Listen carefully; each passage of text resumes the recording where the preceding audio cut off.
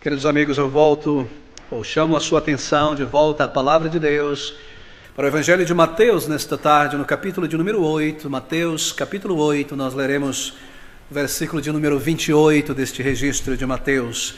Mateus capítulo de número 8, estas palavras do versículo de número 28.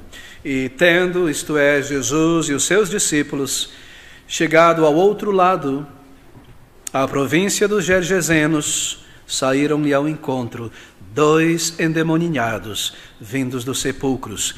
Tão ferozes eram, que ninguém podia passar por aquele caminho. Bem, o nosso título nesta tarde é sobre o poder de Cristo sobre Satanás e o seu reino.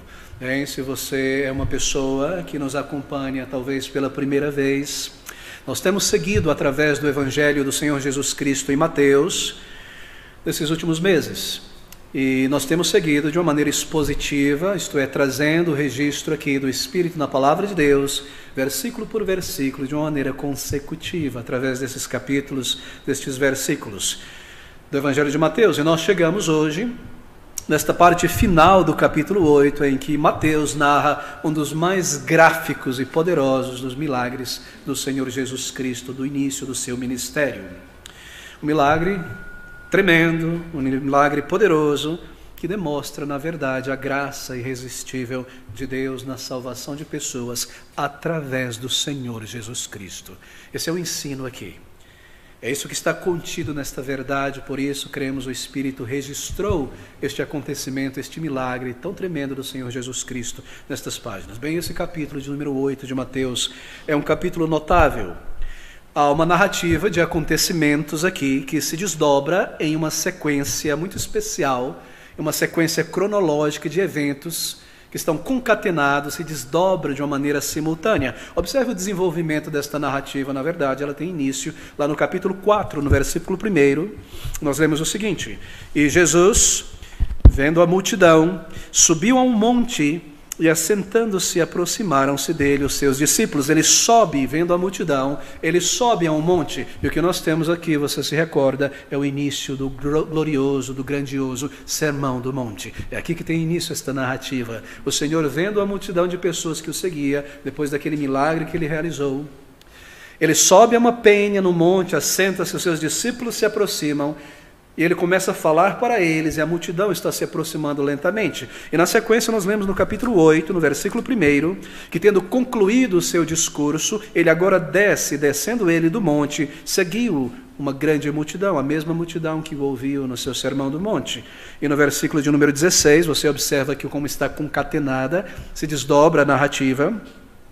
Nós lemos no versículo de número 16 do capítulo 8, que chegada a tarde trouxeram-lhe muitos endemoninhados, e ele com a sua palavra expulsou deles os espíritos e curou todos os que estavam enfermos. Aqui está a sequência dos eventos, e no versículo 18, e Jesus vendo em torno de si uma grande multidão, não a mesma multidão do Sermão do Monte, mas uma outra multidão, ordenou que passassem ele e os seus discípulos para o outro lado do lago da Galileia. E no versículo de número 23, nós lemos que entrando ele e os seus discípulos no barco, seus discípulos, os demais, o seguiram em outros barcos também. E nós chegamos então, nesta relação, nesta narrativa, a este versículo de número 28, na sequência do argumento e na sequência do desdobramento cronológico aqui de Mateus, que tendo chegado ao outro lado do lago, isto é, a província dos Gergesenos, saíram-lhe ao encontro 2 endemoninhados. Bem, você percebe a narrativa. O que o apóstolo do Senhor Jesus Cristo, Mateus, está fazendo aqui é reunir um número de milagres, um número de ações do Senhor Jesus Cristo que ensinam algo sobre a sua divindade, que ensinam algo a respeito da sua mensagem, a respeito do reino de Deus. Nós vemos aqui o poder do Senhor Jesus Cristo sobre a enfermidade, curando aquele homem paralítico, curando o servo daquele centurião. Nós vemos na sequência o poder do Senhor Jesus Cristo sobre os elementos da natureza, o vento, o mar, a sua própria criação, conforme ele apazigua as ondas e o vento e guarda em segurança os seus discípulos. E nós vemos agora aqui nesta sequência da narrativa o poder do Senhor Jesus Cristo sobre Satanás, sobre os seus demônios, a glória do Senhor, a divindade do Salvador. E é aqui em que nos encontramos, meus queridos amigos. Bem, a parte final, antes dessa próxima narrativa, o incidente, o acontecimento final registrado por Mateus, aqui está no versículo de número 27. Observe comigo, versículo de número 27. E aqueles homens, os discípulos, isto é, que estavam no barco com ele, os demais barquinhos em volta, se maravilharam, dizendo: que homem é este, que até os ventos e o mar lhe obedecem? Que homem é esse? Ou que tipo de homem é este, que até a natureza, o vento e o mar lhe obedecem? Bem, esta é uma pergunta admirada dos discípulos. Mateus nos dizem que eles estavam assombrados, eles estavam pasmados, eles estavam comovidos. E é a partir desta questão que eles levantam, deste sentimento que eles levantam esta pergunta, ao olharem para Jesus Cristo: que homem é esse, que até os ventos e os mares lhe obedecem? Nós ouvimos curar pessoas, nós ouvimos partir o pão e o multiplicar e alimentar pessoas, mas agora ele controla até os ventos, ele controla o mar e os elementos. Que tipo de homem é esse, que até o vento e o mar lhe obedecem? Esta é uma pergunta fabulosa. Agora guarde esta pergunta no fundo da sua mente, esta pergunta dos discípulos. Guarde esta pergunta atrás da sua mente por um instante, porque Mateus irá registrar na sequência, a partir do versículo 28, a resposta a esta indagação dos discípulos. Ele irá responder esta profunda, estonteante indagação dos discípulos: quem é este homem? Quem é este homem que até o vento e os elementos obedecem? Bem, nós lemos então no versículo de número 28, eu devo seguir rápido por esta narrativa nesta tarde, há muita coisa aqui, queridos. Que tendo Jesus chegado ao outro lado, a província dos Gergesenos, tendo Jesus chegado ao outro lado, bem ao outro lado, isto é, ao outro lado do lago da Galileia, chamado às vezes de Mar da Galileia por aqueles que viviam naquela região. Lucas, ele diz lago, ele é mais preciso nesse sentido, não era ele um judeu, mas ele atravessou o lago. Nós vemos na narrativa anterior o incidente, o milagre sobre o mar, ou melhor, sobre as águas e o vento. Ele estava cruzando, você se recorda no capítulo de número 18, que ele desceu do monte. No versículo 18, Jesus, vendo em torno de si uma grande multidão, ordenou que passassem para o outro lado. Então, tendo chegado ao outro lado, à província dos Gergesenos, bem ao outro lado da Galileia, a província dos Gergesenos, eles viviam, estas pessoas, na região de Gerasa. Se você pensar sobre o lago da Galileia, um formato oval como uma harpa da antiguidade, da Kinereth, Lago da Galileia, a região norte onde deságua, o Rio Jordão. Do lado ocidental está Cafarnaum, Tiberíades e outras vilas. Do lado oriental, no leste, está Betsaida, e no sul, descendo do lago, nós temos então esta região dos Gergesenos ou dos Gadarenos, como menciona Lucas e como menciona Mateus. Essa é a localização geográfica, um pouco ao sul de Betsaida. Era uma região montanhosa, porque nós lemos sobre um despenhadeiro, de fato é. Talvez você já viu fotos daquele lugar. Há uma planície junto ao lago, e esta planície começa a subir, formando uma pequena montanha, e há um despenhadeiro. E é naquela região que estava a região, província ou localidade dos Gergesenos. A principal cidade daquela região era Gerasa. Na verdade, Lucas nos diz que haviam 10 cidades, Decápolis. E é utilizado o termo grego porque eram cidades gentilizadas, romanizadas. A cultura greco-romana se estabelecera ali. De fato, era uma colônia. Você se recorda que Jerusalém, ou melhor, que Israel, estava sob o Império Romano. E o helenismo, que é o desenvolvimento, o desdobramento da cultura greco-romana, tinha se espalhado por todo o território sob os romanos. E aquelas 10 cidades foram plantadas ali para promover a cultura greco-romana. Decápolis, 10 cidades. E o que havia ali era uma mistura de judeus e gentios. Era uma região paganizada, uma região gentilizada. E Gerasa, daí Genezarenos, ou melhor, Gezenos, era a principal cidade daquelas 10. Por isso as pessoas eram referidas como Gergesenos. Lucas menciona os Gadarenos, que era uma outra província também. Mas não há contradição entre Mateus e os demais evangelistas, é que haviam essas duas cidades principais. Mas a cidade mais próxima era muito provavelmente Gerasa, uma vez que Gadara estava a mais ou menos 3 horas de distância a pé da beira do lago da Galileia. Nós lemos que o incidente, o acontecimento, toma lugar junto à margem daquele lado, assim muito provavelmente mais próximo de Gerasa. Bem, no versículo de número 28, e tendo chegado ao outro lado, a província dos Gergesenos. O dia de milagres, o dia de grande demonstração do poder do Senhor Jesus Cristo, Salvador, ainda não tinha terminado.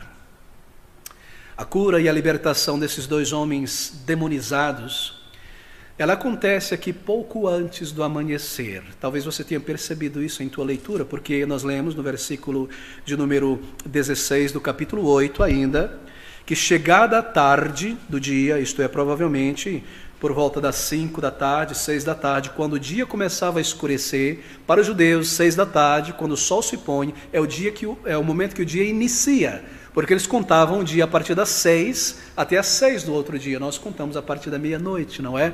Por causa da influência romana medieval em nosso calendário. Mas nós lemos aqui que ao entardecer trouxeram-lhe muitos endemoniados, e ele com sua palavra expulsou deles os espíritos e curou todos os que estavam enfermos. E a tarde chega, o sol se põe, e no versículo de número 18, nós lemos que Jesus, vendo em torno de si uma grande multidão, ordenou que passassem para o outro lado. Isso é tarde. A noite já chegara, porque ele expulsara demônios, curara a pessoa. Algum tempo se desdobrou, desde o momento do versículo 16 por versículo 18. E assim eles entram no barco à noite, nós não sabemos exatamente em que momento, 10, 11 horas da noite, meia-noite, um determinado momento, para cruzar aquele lago. E nós lemos também a partir do versículo 23... sobre o grande milagre do Senhor Jesus, como aqueles discípulos tomados por uma calamidade marítima, assim por dizer, o vento, as ondas, lutam contra aquelas águas, contra aquele vento, até que despertam o Senhor, e algum tempo foi gasto neste período, nós não sabemos quanto tempo, e tendo passado este momento, todos molhados, todos famintos, essa é a figura, a imagem, eles então aportam, versículo de número 28, chegam ao outro lado, a província dos Gergesenos. Aqui está a figura, aqui está a localização. Tendo combatido as ondas, o Senhor manifestado o seu poder, todos ensopados, todos extremamente cansados, eles chegam àquela beira daquele monte, um precipício. Não é uma praia, não é alguma inclinação, aclive que vai gradativamente até lá em cima, é algo íngreme. É uma pequena distância entre a borda e o lago da Galileia. Nós não sabemos de quantos metros, mas é neste lugar, junto à borda, talvez ali os despenhadeiros, eles precisavam subir aquilo, talvez com pés e mãos, em um pequeno trieiro, junto às rochas. Naquele lugar que esses endemoniados veem o Senhor Jesus Cristo ali com seus discípulos, subindo aquele barranco em direção, talvez a Gerasa, talvez a Gadara. O Senhor sabia o que ele estava fazendo. Não havia nada por acidente no ministério de Cristo. Ele agia e trabalhava e operava dentro de um plano, dentro de uma agenda, dentro de um tempo determinado. E ele sabia o que ele iria fazer naquela cidade. Ele iria lhe levar o evangelho da graça redentora a Decápolis, aquela região, aquelas 10 cidades. E nós vemos então que o Senhor Jesus Cristo está ali. E nós vemos também no versículo 28, então, tendo estabelecido este cenário, que tendo chegado ao outro lado, à beira, à província dos Gergesenos, saíram-lhe ao encontro 2 endemoniados vindos dos sepulcros. 2 endemoniados. Bem, Marcos e Lucas, em seus evangelhos, mencionam apenas um. Mas aqui Mateus menciona 2. Bem, por que será? Acaso alguma contradição na palavra de Deus? De maneira alguma. Se haviam 2, então haviam pelo menos um, não é? Não há contradição, uma diferença no relato. Por quê? Porque o foco de Mateus é mostrar que eram 2, mas o foco de Lucas e Marcos que era 1. Por quê? Eles isolam apenas e focam apenas em um dos endemoniados. Bem, há muitas razões por isso. Eu penso que eles desejavam enfatizar o porta-voz dos 2. Um deles é o que falava com Cristo. E o outro estava em silêncio, talvez por isso, não importava muito no momento de diálogo ali com o outro, porque o outro provavelmente estava em silêncio. Mas eu creio pessoalmente, eu penso que somente a razão talvez seja essa, porque somente um deles, nós lemos no final da narrativa, após ser curado, desejou permanecer com o Senhor Jesus. Talvez seja por isso. Ou porque talvez as pessoas daquela região o conhecessem antes de ser possesso por um demônio. Talvez fosse um homem rico, um homem bem conhecido, e assim ficaria no registro para décadas e séculos após, naquela região, que aquele homem que eles conheciam fora assim liberto. Talvez por isso seja o foco de Lucas e Mateus apenas em um deles e não em dois, mas Mateus menciona aqui dois. E nós lemos então que saíram-lhe ao encontro dois endemoniados, e saíram-lhe ao encontro. Bem, a presença divina de Cristo naturalmente os atrai poderosamente. Eles estavam por ali, ele estava subindo o barranco, o Senhor Jesus e os seus discípulos, e aqueles endemoniados estavam por perto, e a própria presença divina atrai aqueles homens àquela presença. A propósito, nós não sabemos se eram dois homens. Alguns comentaristas têm mencionado um casal, um homem e uma mulher, mas o foco de Marcos e Lucas é sobre um homem. Mas eu penso que talvez tenham sido dois homens, de fato. O fato é que nós sabemos que eram duas pessoas possessas aqui, que saíram ao encontro do Senhor Jesus Cristo. Eles são atraídos pela divindade de Cristo. Lucas nos diz, lá em Lucas capítulo 8, versículo de número 28, que conforme eles chegam, ou pelo menos um deles, se aproximam de Jesus, eles se prostram, eles dobram o joelho em um ato de deferência a Cristo. Lucas 8, 28, estas palavras. E quando viu a Jesus, prostrou-se diante dele, clamando e dizendo com grande voz: que tenho eu contigo, Jesus, Filho do Deus Altíssimo? Ele se prostra. Há uma informação a mais aqui em Lucas para nós. É um ato não exatamente de adoração, a postura é adoração, genuflexo na presença do Senhor, como faziam os semitas diante de autoridades, mas não creio que é um ato de adoração total aqui. E nós veremos isto. Vindo dos sepulcros, tendo chegado ao outro lado, a província dos Gergesenos, saíram-lhe ao encontro dois endemoniados, vindo dos sepulcros. Bem, em sua mente, não imagine estes sepulcros como um tipo de cemitério moderno que nós temos hoje. Não é um campo de muitos túmulos, um do lado do outro, com lápides, uma pequena cruz ou algum símbolo, o que quer que seja. Não era esse tipo de sepulcro ou cemitério, na verdade. Era um cemitério judeu. Primeiro, não era dentro de uma cidade, era fora, junto ao lago da Galileia. Era um cemitério judeu, e nós sabemos que os judeus não enterravam diretamente na terra, mas sim na rocha, em cavernas. Aqueles que podiam, na verdade, pagar por isso.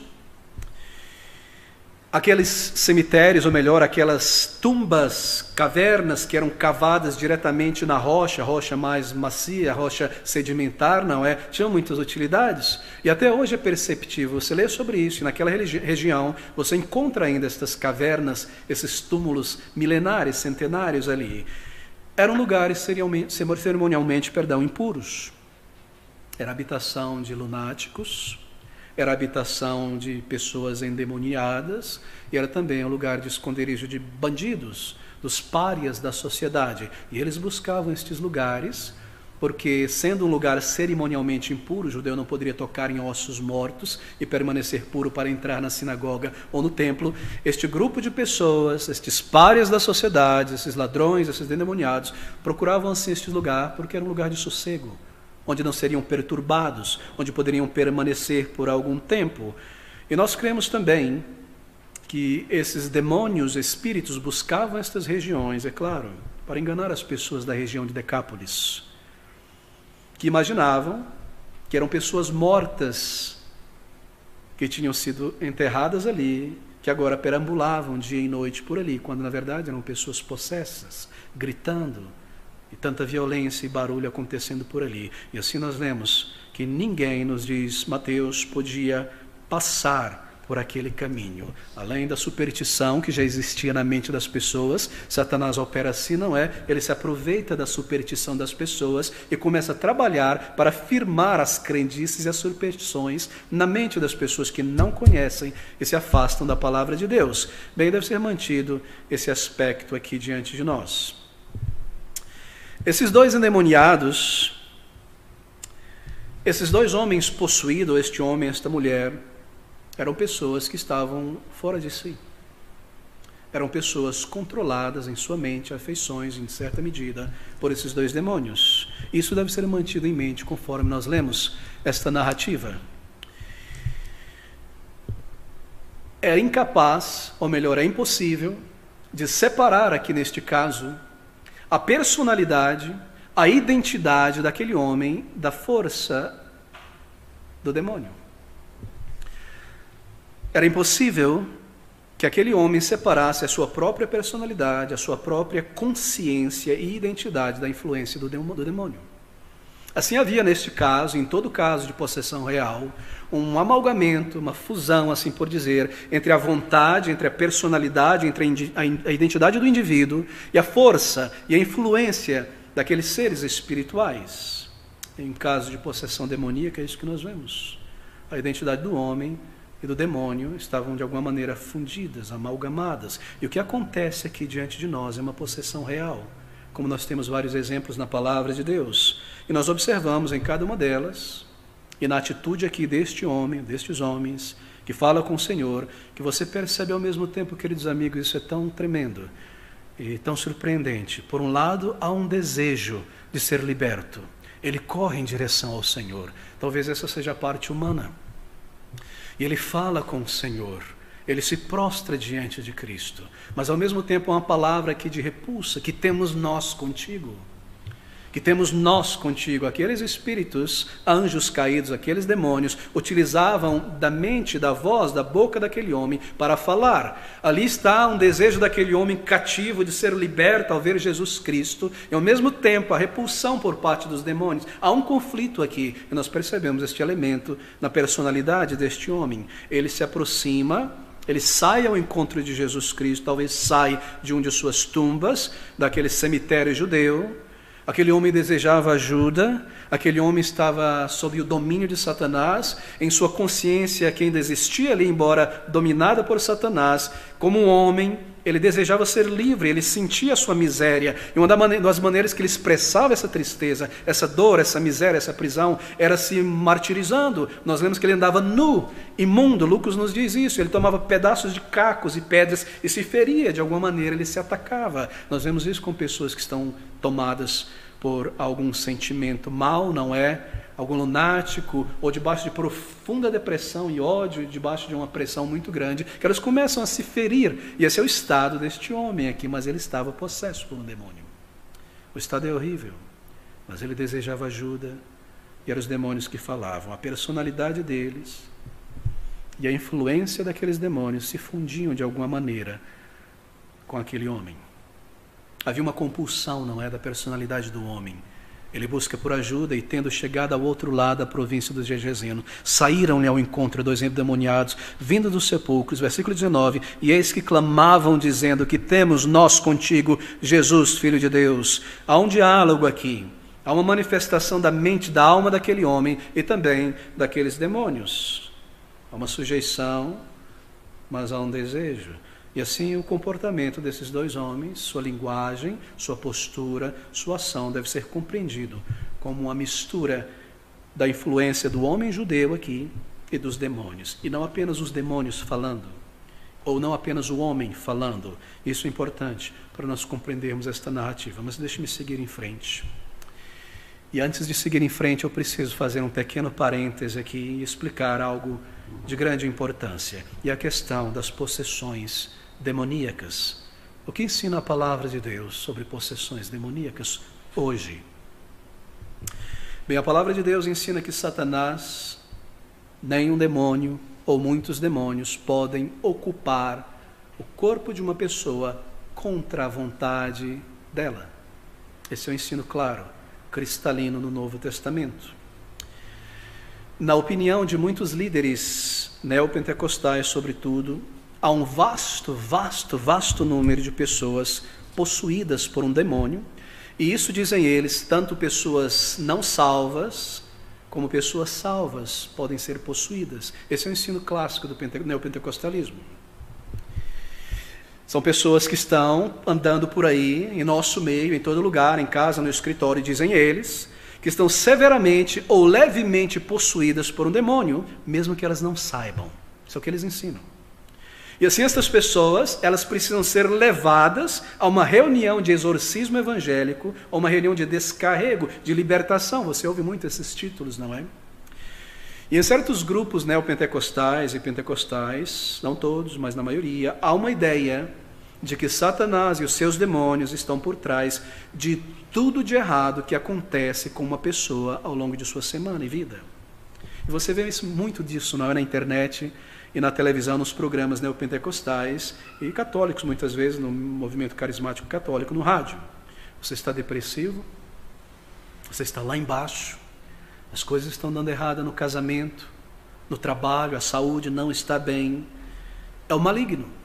É um demônio pessoal em tua vida. Venha para o culto de libertação, venha para a nossa sessão de descarrego, venham para a bênção forte que será realizada pelo profeta, apóstolo, bispo, a oração de poder. Essa é a ideia. Por trás dessas declarações, desses convites, desses programas evangélicos, está esta teologia, falsa teologia, claro, esta ideia de que o demônio está atormentando a pessoa e ele deve ser expulso. Não é terrível ouvir isso, e se você está acostumado com isso?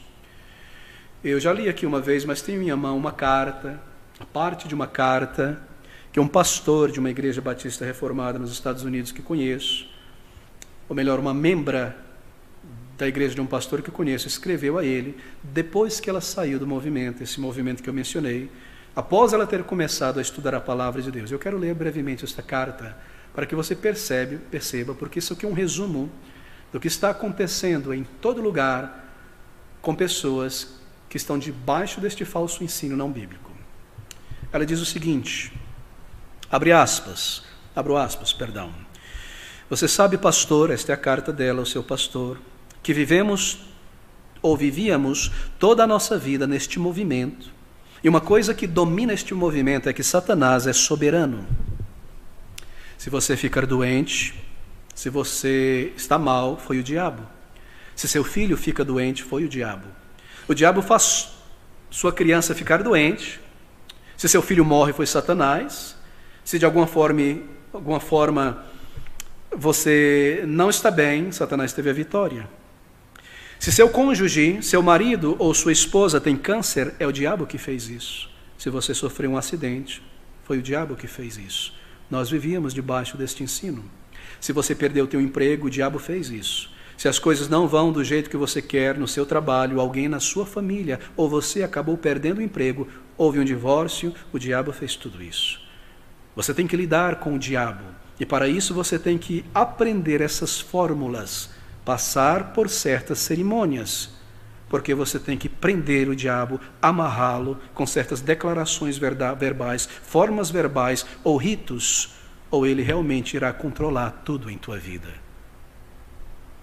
O diabo domina tudo, e ele é assistido por essa força massiva de demônios que também tem de ser tratada, lidada, e você tem que fazer tudo o que puder para tentar vencer esses poderes espirituais. E eles são invisíveis,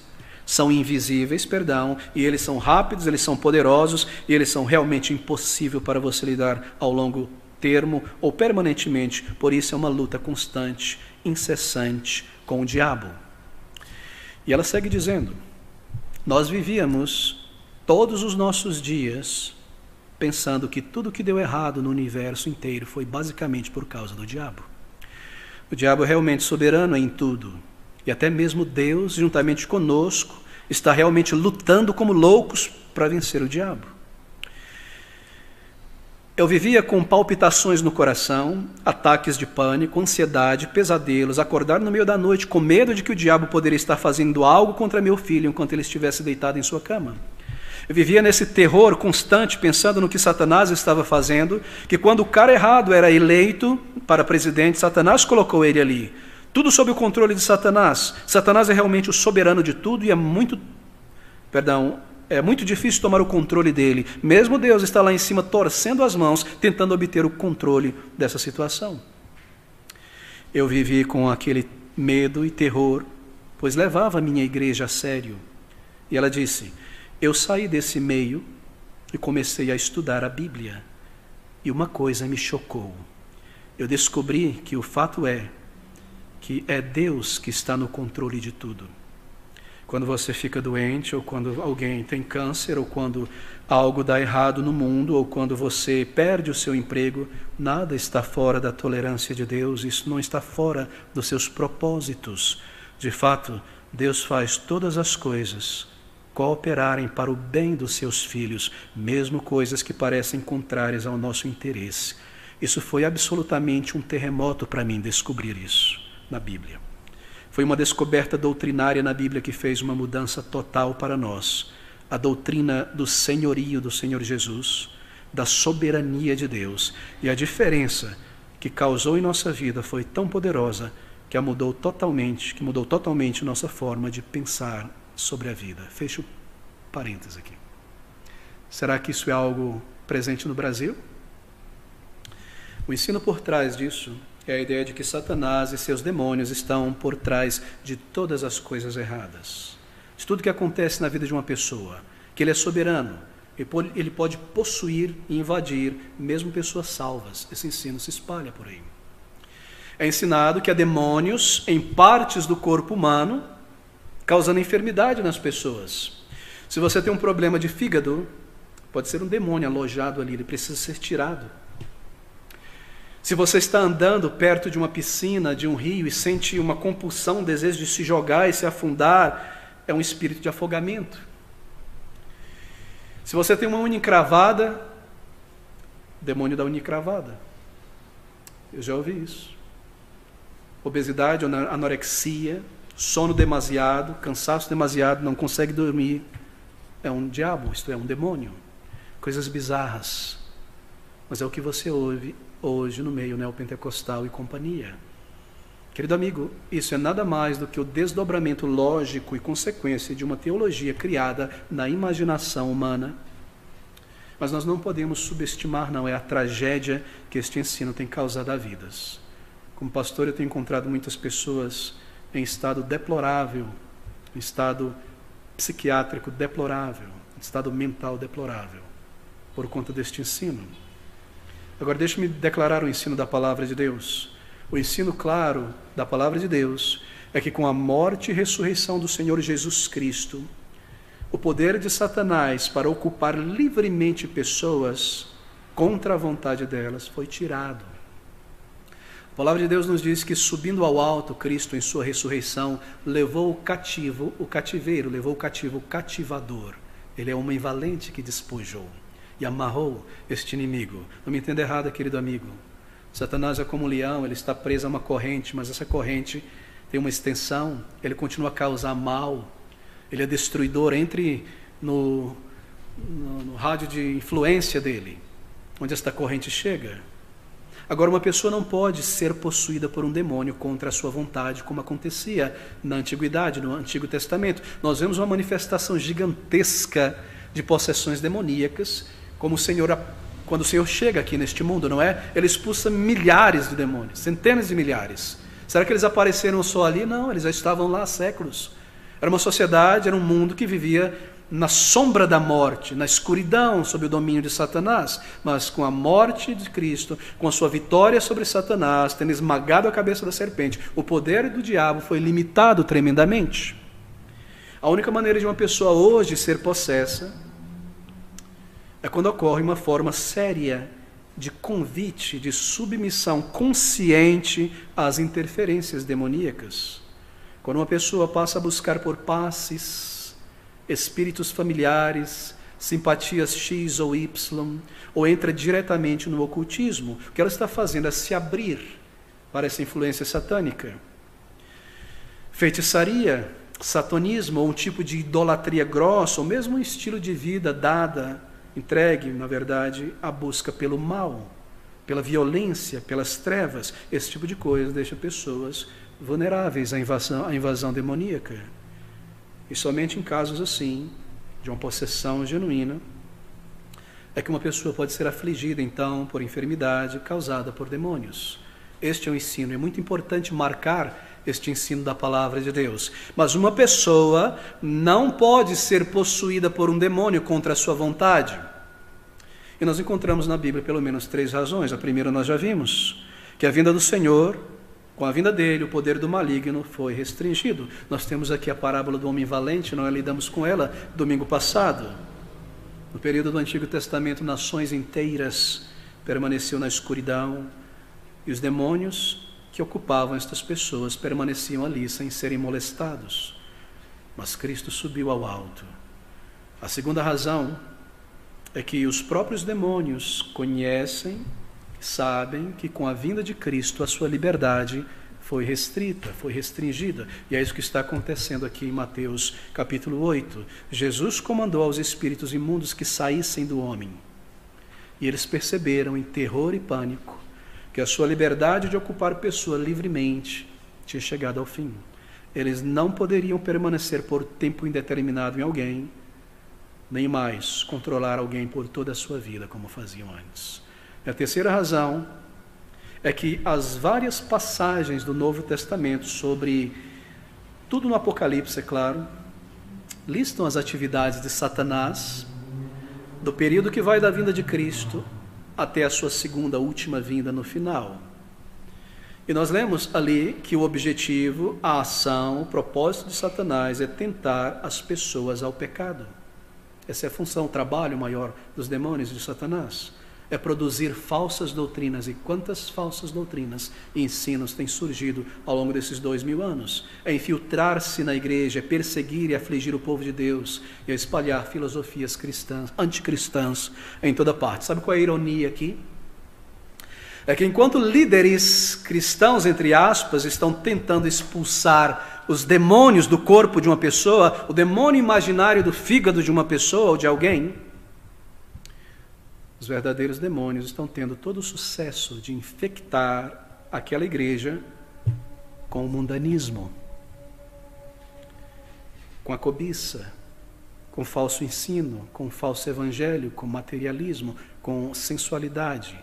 Ali estão milhares de pessoas diante de um teatro de alguém, um homem ou mulher, tentando expulsar o demônio de uma outra pessoa. E aquele demônio é expulso, e todo um show, um teatro, na verdade aquilo é exorcismo. E não expulsão de demônios, é realizado. E as pessoas jubilam, e glória a Deus, o demônio foi amarrado e foi dominado, quando elas não sabem que elas estão no bolso de Satanás. E ali dentro o evangelho não é pregado muitas vezes. E a busca por bens, a cobiça e mamon é adorado. Eles imaginam que Satanás está amarrado, quando ele na verdade apenas deu o braço a torcer, para manter sobre a ignorância espiritual milhões de pessoas. Queridos amigos, um demônio não pode possuir um crente, uma pessoa salva, isto é, uma pessoa regenerada, uma pessoa transformada, nem oprimi-lo por dentro. É absolutamente impossível que um demônio possa possuir e controlar uma pessoa já salva. Essa é uma das maiores perversidades pagãs do movimento que nós vemos em toda parte hoje. Eu não estou afirmando aqui, é claro, que alguém que frequente igreja não possa ser possuído, mas que uma pessoa convertida não será. O verdadeiro convertido não será, por quê? Porque na conversão nós recebemos o Espírito Santo de Deus. Ele vive agora permanentemente dentro do crente, e ele jamais o deixará. Em 1 Coríntios 6, 19, nós lemos essas palavras: ou não sabeis que o vosso corpo é o templo do Espírito Santo que habita em vós, proveniente de Deus, e que não sois de vós mesmos? Ele nunca nos deixará. E assim, porque maior é aquele que está em nós, o Espírito Santo, na conversão, do que aquele que está no mundo, Satanás. Então ele não pode possuir um crente, nem influenciá-lo por dentro. O que ele faz é colocar suas tentações diante dos olhos de pessoas salvas. Nós temos a promessa do Senhor Jesus Cristo em João 14, versículo 16, não é a promessa tão tremenda, tão maravilhosa, que ele nunca perderia os seus. O demônio não pode entrar em um lugar onde Deus habita. Cristo e o diabo não podem estar debaixo do mesmo teto, da mesma vida. Um tem que sair, e porque maior é o que está em nós do que o que está no mundo, assim um crente nunca será possesso. Que tristeza, não é, amigos? Eu preciso fechar esse parêntese.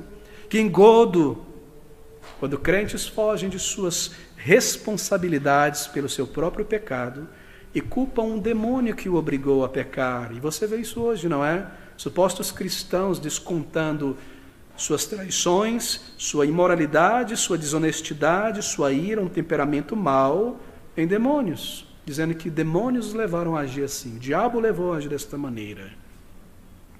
Quanto conforto, quanta paz se perde, quanta consolação é roubada de salvos genuínos por estes líderes que insistem que crentes podem ser possuídos por um demônio. As promessas protetoras do Senhor Jesus Cristo, meus irmãos, elas são pisadas, lançadas fora pela teoria neopentecostal de que demônios do abismo podem agora entrar no corpo, na mente de uma pessoa salva, não importando o fato de que agora elas são templos do Espírito Santo.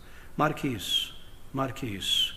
Mas a derrota de Satanás é tão real que ele não possui nenhuma autoridade ou poder sobre um salvo por Jesus.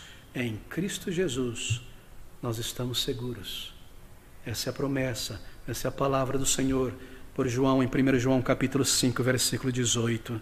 Sabemos que todo aquele que é nascido de Deus não peca ou não vive na prática do pecado, mas o que é de Deus, o que de Deus é gerado, conserva-se a si mesmo, e o maligno não lhe toca, isto é, não pode o arrebatar da mão do Senhor. Bem, eu devo fechar este parêntese, um parêntese longo, mas é uma questão que está na mente de muitas pessoas. É uma questão que é ensinada, um ponto que é ensinado e enganado muitas e muitas pessoas neste meio onde o exorcismo é praticado. Eu não tenho tempo para lidar com a diferença entre a maneira como o Senhor e os apóstolos expulsavam estes demônios, marcando o seu poder, sua messianidade, sua apostolidade, e a maneira como os contemporâneos da cristandade exorcizam demônios. Você nunca encontrará um apóstolo Cristo exorcizando demônios, com palavras mágicas, com frases, com fórmulas verbais, entrevistando o diabo e fazendo um show. Não, nós não encontramos isso na palavra de Deus. O que mostra a falsidade, o teatro destas coisas, a grande ganância desses homens por aí, como Satanás tem operado. Mas, queridos, volte-se comigo para o nosso texto mais uma vez, em Mateus capítulo de número 8. Porque no versículo de número 29 nós lemos então o seguinte, Mateus 8, 29, e eis que clamaram dizendo, deixa-me voltar ao 28, e tendo chegado ao outro lado, à província dos Gergesenos, saíram-lhe ao encontro 2 endemoniados, vindos dos sepulcros, tão ferozes eram que ninguém podia passar por aquele caminho. E eis que clamaram dizendo, que temos nós contigo, Jesus, Filho de Deus, que temos nós contigo. Bem, como sempre os demônios sabem quem é Jesus. Como sempre Satanás sabe quem é o Salvador. E a presença do Senhor ali forçou aqueles seres, aqueles demônios a confessarem a Cristo Jesus e declararem em sua divindade, Jesus, Filho de Deus. Em Lucas e Marcos nós lemos que eles declararam Jesus, Filho do Deus Altíssimo. É importante lembrar que essa linguagem de deferência não é apenas dos demônios, lembre-se disso, mas do homem também. Há um amalgamento aqui. Que temos nós contigo, o que há entre nós, demônios, e tu, Filho do Deus Altíssimo, que temos nós contigo, ou seja, porque tu estás aqui, nós somos trevas, tu és luz, que temos nós contigo. Que relacionamento há entre as trevas e a luz?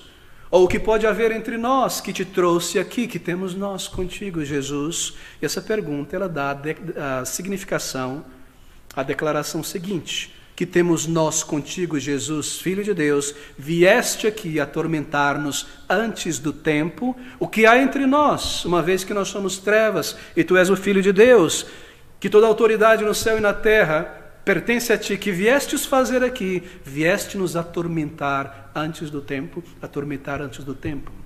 ou seja, antes do tempo devido, isto é, vieste nos atormentar antes do dia de juízo. Os anjos caídos, demônios são anjos caídos, eles sabem, eles estão conscientes, mesmo agora, que um dia logo chegará, quando eles serão condenados.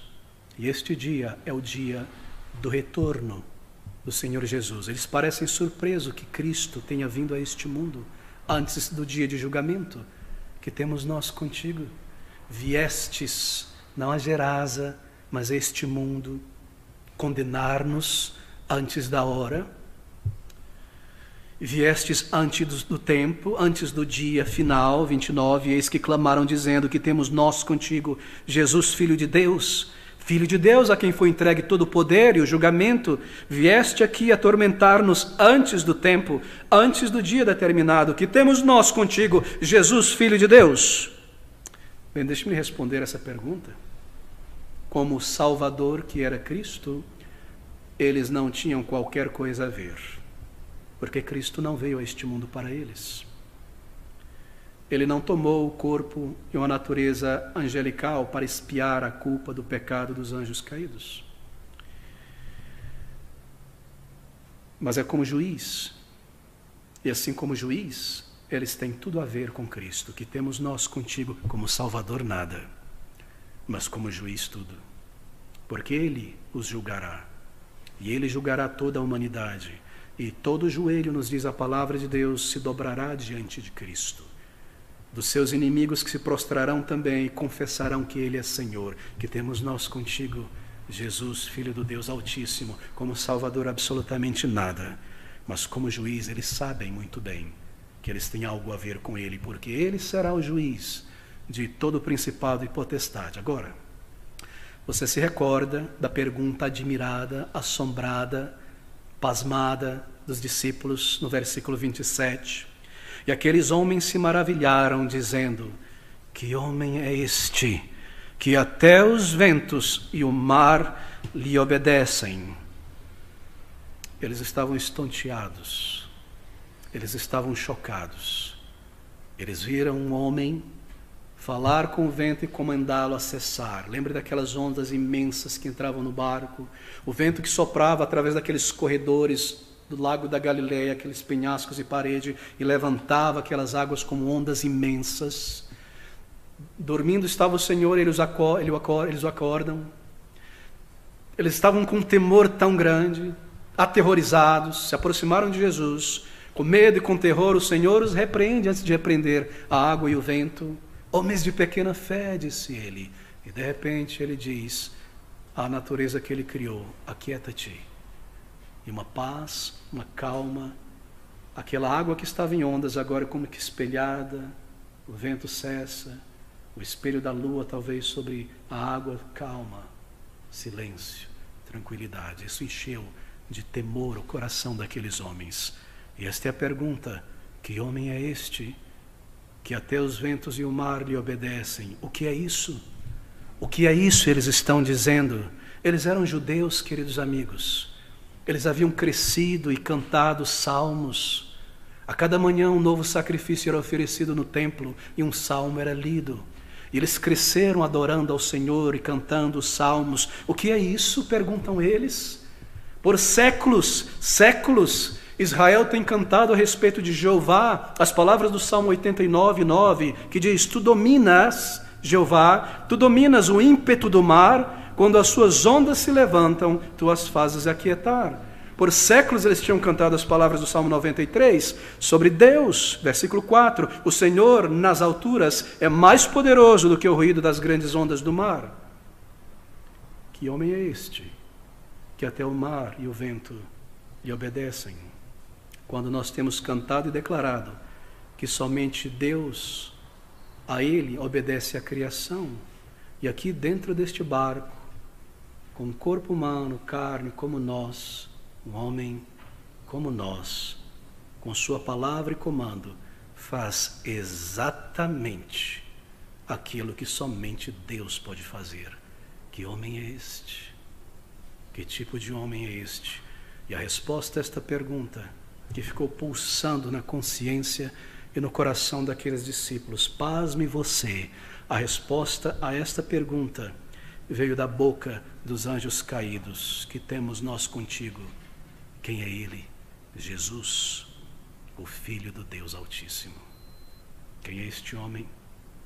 Respondem os demônios: Ele é Deus. Ele é a segunda pessoa da Santa Trindade, nós o conhecemos. Ele é o Filho do Deus Altíssimo. Há uma lição aqui para nós.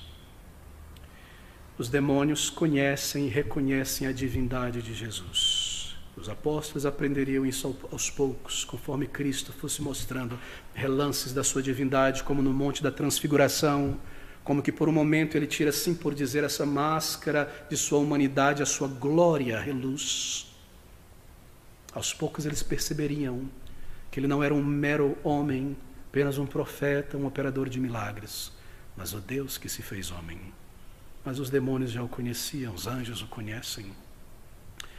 E nós lemos que eles declaram, Senhor, que temos nós contigo, Jesus, Filho de Deus. Queridos amigos, é possível chamar Jesus Cristo de Filho de Deus e ainda assim não ter nada a ver com Ele. Que temos nós a ver contigo, Jesus, Filho de Deus? É possível cantar louvores na igreja e não ter nada a ver com Cristo Jesus. É possível ser batizado, crismado, passar por um seminário, ser membro de uma igreja, estar na igreja todo dia e ainda assim não ter qualquer conexão, nada a ver com Cristo, não ter com Ele um relacionamento, não ter sido salvo ainda por Ele, não ser um filho de Deus em Cristo Jesus. E a razão é que os demônios conhecem a Jesus e eles creem em Deus e eles mesmo tremem, nos diz Tiago, e eles se apavoram, mas eles não se arrependem. É possível viver na igreja, ter uma função na igreja, ter uma participação na igreja, ter pais cristãos. É possível nascer dentro da igreja, ser criado na igreja, ser ensinado na igreja, ser batizado na igreja, ser casado na igreja, ser enterrado pela igreja e acordar no inferno, por não ter nenhuma conexão com o Senhor Jesus. Queridos amigos, cristianismo não é uma série de ritos, ideias, liturgias. Cristianismo é uma pessoa, é Jesus Cristo. Ele é o cristão singular, e ser um cristão é ter um relacionamento com Ele, que é o Filho de Deus, que é o Salvador, ter sido salvo por Ele, ter sido unido a Ele, receber o seu Espírito. É possível crer em Deus e tremer e saber estar consciente e não ter nada a ver com Cristo. Nada a ver. É possível viver na igreja e não ter nada a ver com uma vida santificada ao longo da semana. É possível cantar louvores a Deus e não ter nada a ver ao longo da semana com a mortificação dos pecados que deve ter uma pessoa salva. É possível estar na igreja e ser um mundano durante a semana, e falar, e assistir, e vestir-se, e escolher como um mundano. É possível quando não houve arrependimento de pecados, quando não houve regeneração pelo Espírito. É muito possível. Satanás e seus demônios sabem muito bem disso. Que temos nós contigo. E eu lhe pergunto, você tem alguma coisa a ver com Cristo, para além da teoria e do aprendizado e da formação religiosa desde a infância? Há uma marca da vida de Cristo em tua vida, e a marca é santificação. Você nasceu de novo? Ou você apenas levantou a mão e foi à frente?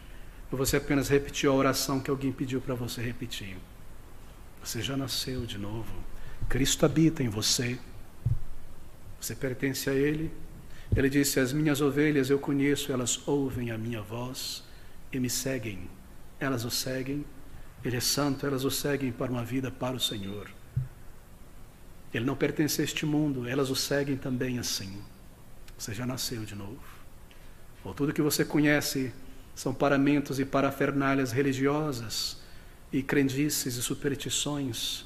Você conhece a Cristo experiencialmente. Ele é teu Salvador, Ele habita em você.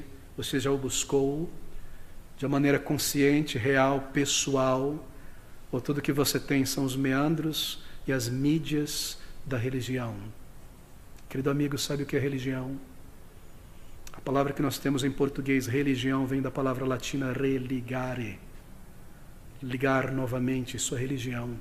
Será que tudo que você possui é uma religião evangélica, católica, espírita, espiritualista, sincretista, budista? Religião não pode lhe salvar, não pode me salvar. Religião é o ser humano tentando se ligar novamente a Deus, religare. E tudo que ele pode fazer é construir suas torres de Babel, suas pontes pela religião, pelo mantra, pelo exercício, e há centenas de milhares de pontes, ou melhor, escadarias. Tudo começou em Babel, tentando chegar a Deus de uma maneira física. Isso é religião, e o resultado é Deus espalhando e desbaratando a humanidade ali. E o resultado é que esta ponte, esta escada, ela se quebra. Ela não pode chegar ao céu. Isso é religião. Ritos, métodos, liturgias, toque nisso, age assim, fala assim. A mensagem da palavra de Deus não é religião. A mensagem da palavra de Deus é salvação. E salvação é verdadeira religião. Salvação é Deus vindo a este mundo, tomando um corpo e a natureza humana e descendo para morrer no lugar de pecadores, para viver uma vida perfeita e alcançar os méritos diante de Deus, sem pecados, para representar pessoas como nós. A mensagem da Bíblia não é religião, é salvação. É Deus descendo a pocilga deste mundo para libertar pessoas dominadas por Satanás e um coração mau. Você já nasceu de novo? Ou você é uma pessoa religiosa, evangélica, católica, o que quer que seja? Salvação, ter a Cristo, ter o seu amor e o seu poder. São essas palavras que temos nós contigo. Nada como Salvador. O que você tem com Cristo? Um currículo religioso apenas. E nada como seu Salvador. Você já o buscou, já encarou os teus pecados, já clamou por vida e salvação. Bem, deixe-me seguir em frente. Satanás e seus demônios não estão ainda em seu lugar de condenação, mas eles serão lançados para ali. Este é o significado desta pergunta do versículo 29, viestes aqui atormentar-nos antes do tempo. Marcos e Lucas dizem, vieste aqui para nos lançar no abismo, e abismo não é o lago da Galileia, abismo é o inferno. Eles sabiam muito bem que um tempo chegaria. Em Marcos capítulo 5, no versículo de número 9, se você abrir comigo rapidamente, nós lemos aqui que o Senhor pergunta o nome daquele homem, ou o nome, melhor dizendo, daquele que estava dentro do homem. E a pergunta é essa, Marcos capítulo 5, versículo de número 9, perguntou-lhe, qual é o teu nome? E ele lhe respondeu, dizendo, Legião é o meu nome, porque somos muitos. É muito interessante. Ele está no singular, isso quer dizer que um espírito porta-voz falava pelos demais. Meu nome é Legião, esse não era o nome do homem, você percebe o amalgamento aqui. Ele fala com o homem, o demônio responde, Legião. Legião. Bem, nós sabemos que o termo legião é um termo militar, não é um termo romano. Legionário.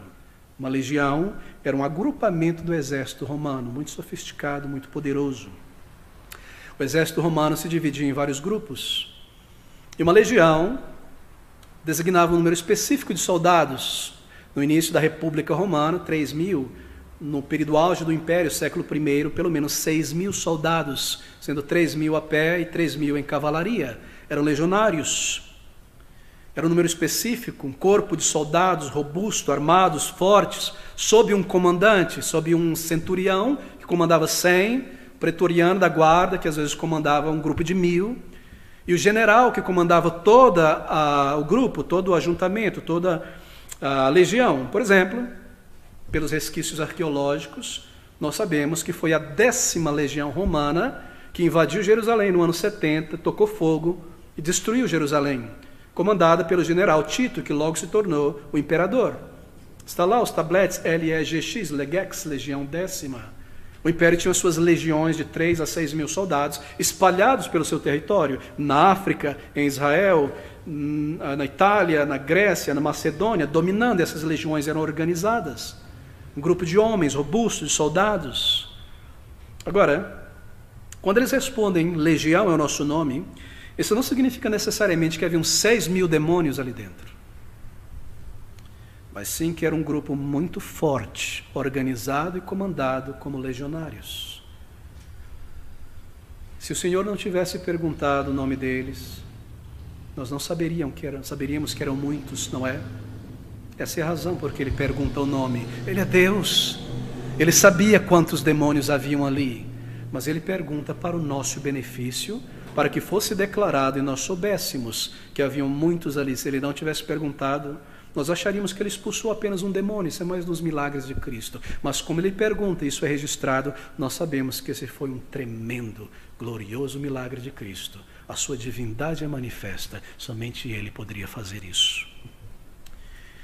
E essa questão é feita também para evidenciar o poder do maligno, o estado extremamente deplorável daquele homem, centenas de demônios dentro dele, e o imenso poder e a imensa graça e compaixão de Jesus Cristo. Essa é a razão.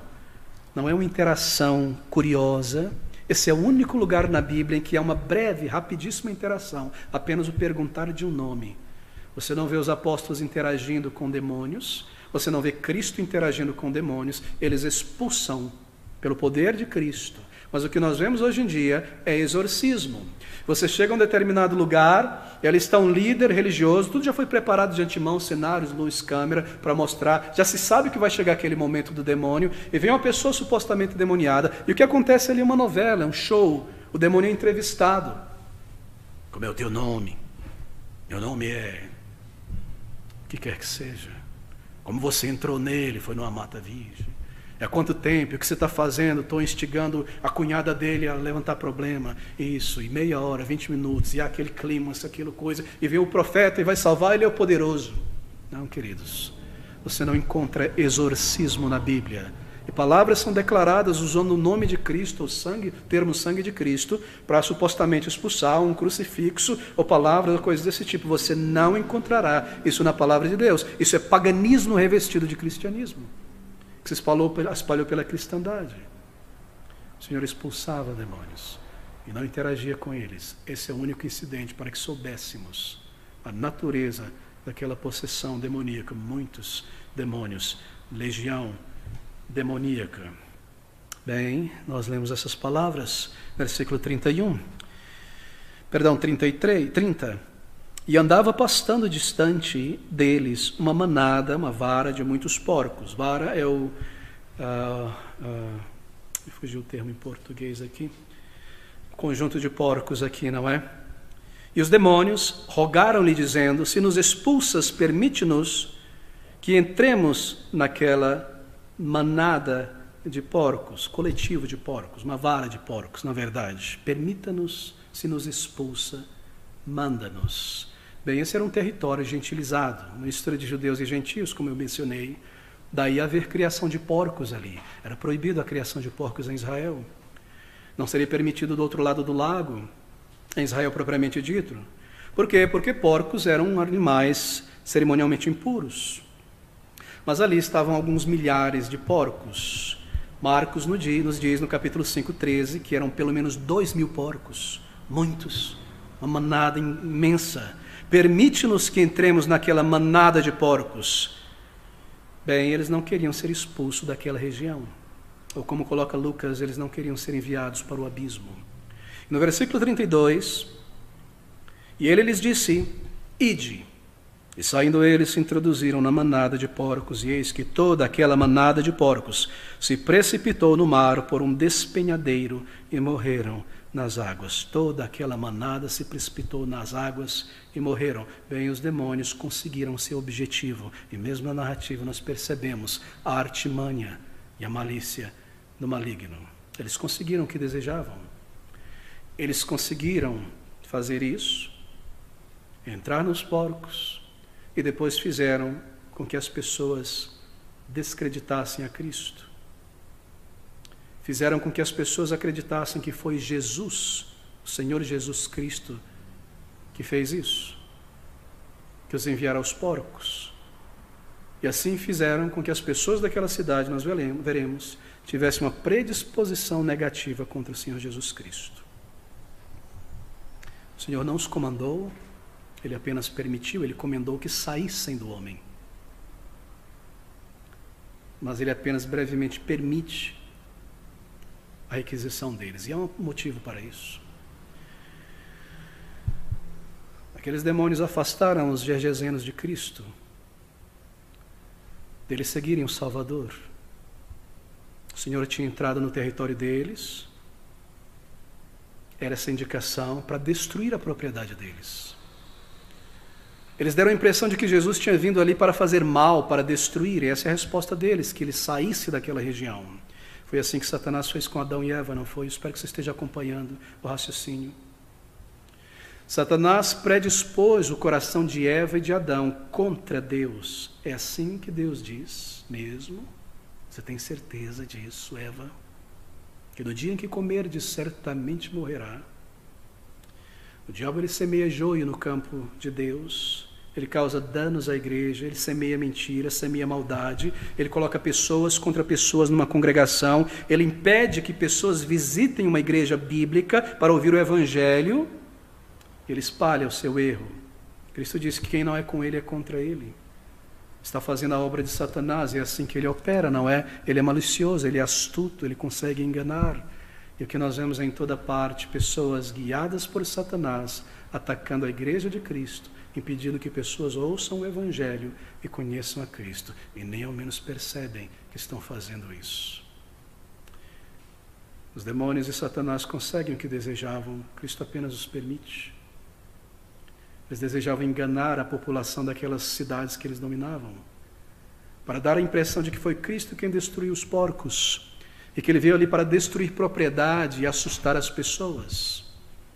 Não são astutos. No versículo 33, e aqueles que apacentavam fugiram, indo à cidade, divulgaram todas estas coisas e o que acontecera aos endemoniados. Oh, queridos amigos, a cidade saiu ao encontro de Jesus. É maravilhosa a maneira como Lucas narra. Eu gostaria de chamar a sua atenção nesses momentos finais agora para o que acontece então. Abra comigo em Lucas 8:34. Aquele homem é liberto, os dois provavelmente. E Lucas, de uma maneira muito detalhada, preciosa, ele coloca nestes termos, Lucas 8, versículo de número 34. E aqueles que os guardavam, vendo o que acontecera, fugiram e foram anunciá-lo na cidade e nos campos. Eles levaram a má notícia. Chegou um homem destruindo a nossa propriedade, um mágico, um feiticeiro, alguém do maligno. Para os gregos, para os romanos, pessoas que realizavam milagres eram mágicos, eram bruxos. Um bruxo chegou, ele acabou com a nossa propriedade, com a carne do porco, com o nosso comércio. Eles foram correndo, e algum tempo irá passar aqui, do momento em que Cristo sara aquele homem, e o tempo que a multidão da cidade volta, não sei, 2, 3, 4 horas. Eles saem por todas as cidades e vilas anunciando isso. Não sabemos quantos eram, e o tempo deles se reunirem e chegar a Jesus, um longo diálogo aconteceu entre Cristo e aquele homem. E nós lemos na sequência essas palavras, então, versículo 35, e saíram a ver o que tinha acontecido e vieram ter com Jesus. Acharam então um homem, marque agora, de quem haviam saído os demônios, vestido. Lucas nos diz que ele estava nu. E em juízo ele estava fora de si, assentado aos pés de Jesus, como um aprendiz, como um discípulo. E temeram, queridos amigos, que transformação. No momento, um homem imundo, sujo, fétido, horrível. Nós lemos em Lucas estas palavras de que este era um homem terrível. Era um homem imundo, um espírito imundo estava nele. Por imundo, não confunda. Não era imundo no sentido cerimonial, era imundo no sentido sexual. Que orgias aquele demônio vivendo próximo de porcos. Nas cidades, o homem que abandonou a cidade, que homem imoral não era ele antes dessa possessão demoníaca. E como pessoas não foram influenciadas por ele, ao ponto de bani-lo para fora da sociedade, e de alguma maneira nesse contexto ele é possuído, se abre para demônios, fora de si, sangrando, se machucando, violento, perverso, gritando à noite, correndo para todo lugar, apavorando as pessoas, se alimentando de animais e de outras coisas que encontravam, nu, louco, desesperado, por muito tempo, nos diz Lucas. E agora, observe o contraste, não é maravilhoso como Lucas coloca, vestido, talvez os apóstolos provavelmente deram para ele alguma roupa, sentado, e não mais correndo violentamente, em sã consciência, ouvindo o Senhor e conversando com os discípulos. É isso que acontece na salvação. Lobos se tornam homens. Pessoas que são quase demônios se tornam pessoas de novo. O homem mentiroso, a mulher mentirosa é purificada. A pessoa sanguínea, colérica é transformada. A pessoa fraca e covarde é mudada. A pessoa temerosa é transformada. A pessoa vil, gananciosa é mudada em uma outra pessoa. Isso está ilustrado aqui. É feito um filho de Deus.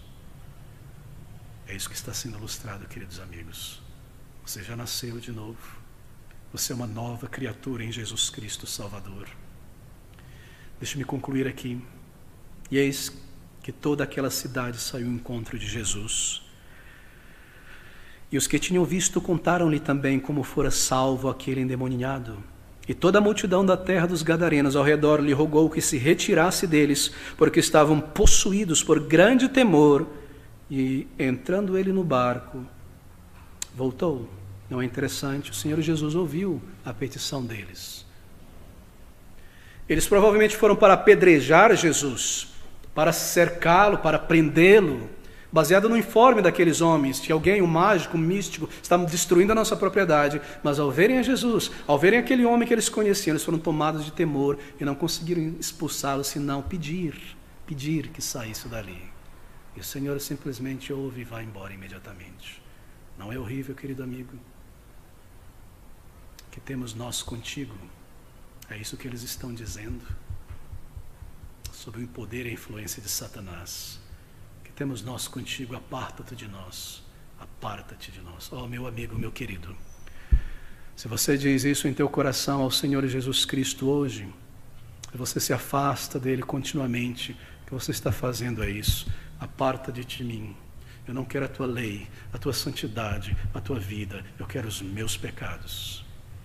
Se esse é o teu caso e você terminar os teus dias aqui desta maneira, você terá que ouvir do Senhor Jesus: apartai-vos de mim, malditos, para o fogo eterno preparado antes da fundação do mundo, para Satanás e os seus anjos, onde eles não desejam agora ir, o abismo.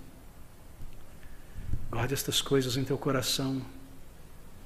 No versículo 34 de Mateus, que corrobora com a narrativa de Lucas, nós lemos essa palavra do capítulo 8, versículo de número 34. E eis que toda aquela cidade saiu ao encontro de Jesus, e vendo, rogaram-lhe que se retirasse dos seus termos. Rogaram-lhe. A vinda de Jesus ali lhe causou prejuízo, é isso que eles pensavam. Essas pessoas eram pessoas extremamente endurecidas, sem afeição natural, você percebe? Sem coração. Elas não se regozijaram com os que se regozijam. Eles conheciam aquele homem que há muito estava naquela condição.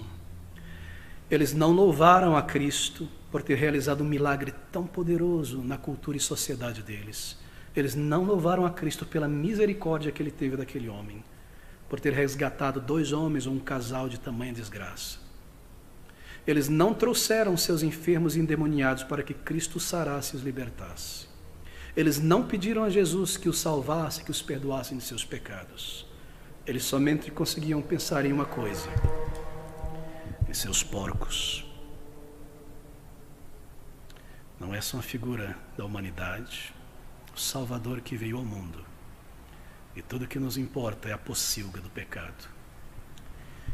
Eram pessoas endurecidas. Às vezes, eu tenho encontrado pessoas que me dizem abertamente que preferem os seus piores pecados do que buscar o Senhor Jesus, o Salvador, e receber a mensagem de Cristo e o perdão. Mesmo que sejam pecados que trarão tamanho de sabor à vida delas, e remorso, e perda, e tristeza, elas preferem os porcos.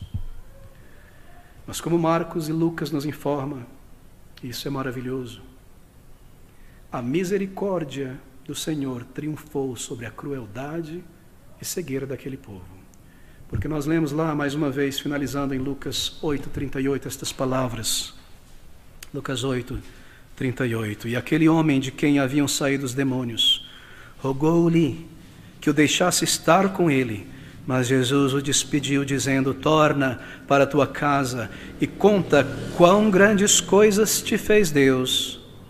E ele foi apregoando por toda a cidade, quão grandes coisas Jesus tinha feito. Não é maravilhoso?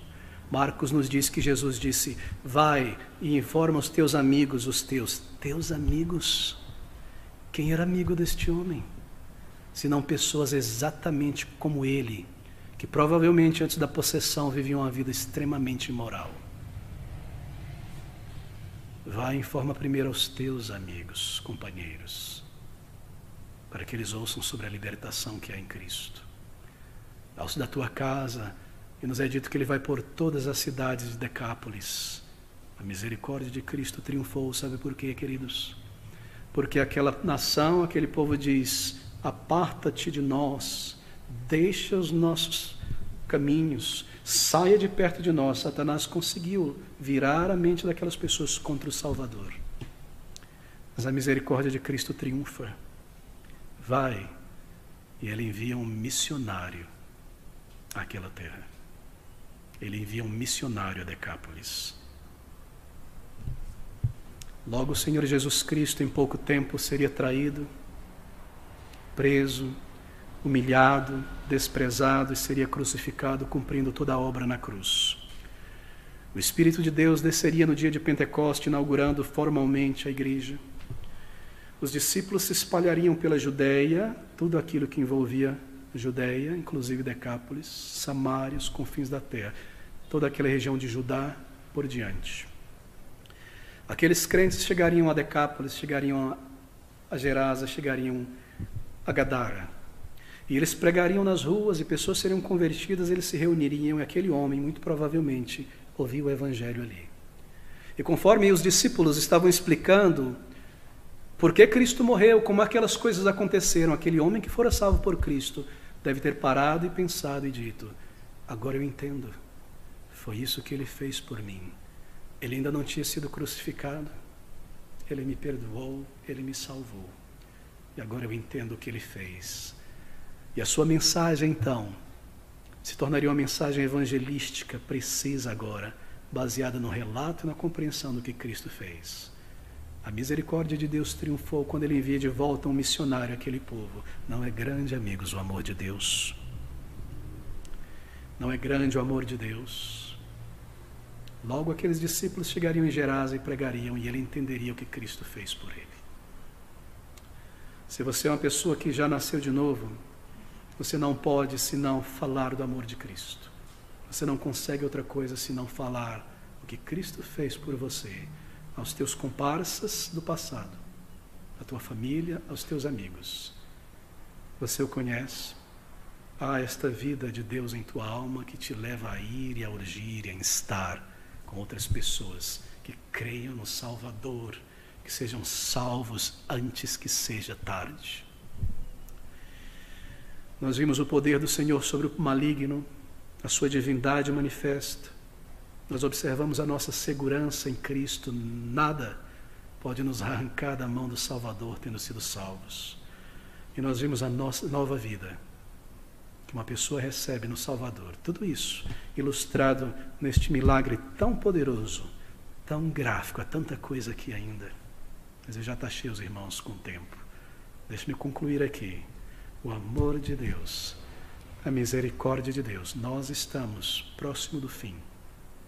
Mas mesmo que dure algum tempo ainda, a nossa vida é breve e você terá que entrar na presença do teu Salvador. Oh, meu amigo, ore ao Senhor de todo o teu coração. Traga a Ele todo o teu pecado. Diga, confessa a Ele, peça que Ele te liberte, que Ele te salve, que Ele te transforme. O Filho de Deus, que se fez homem, para que os filhos dos homens pudessem serem feitos filhos de Deus.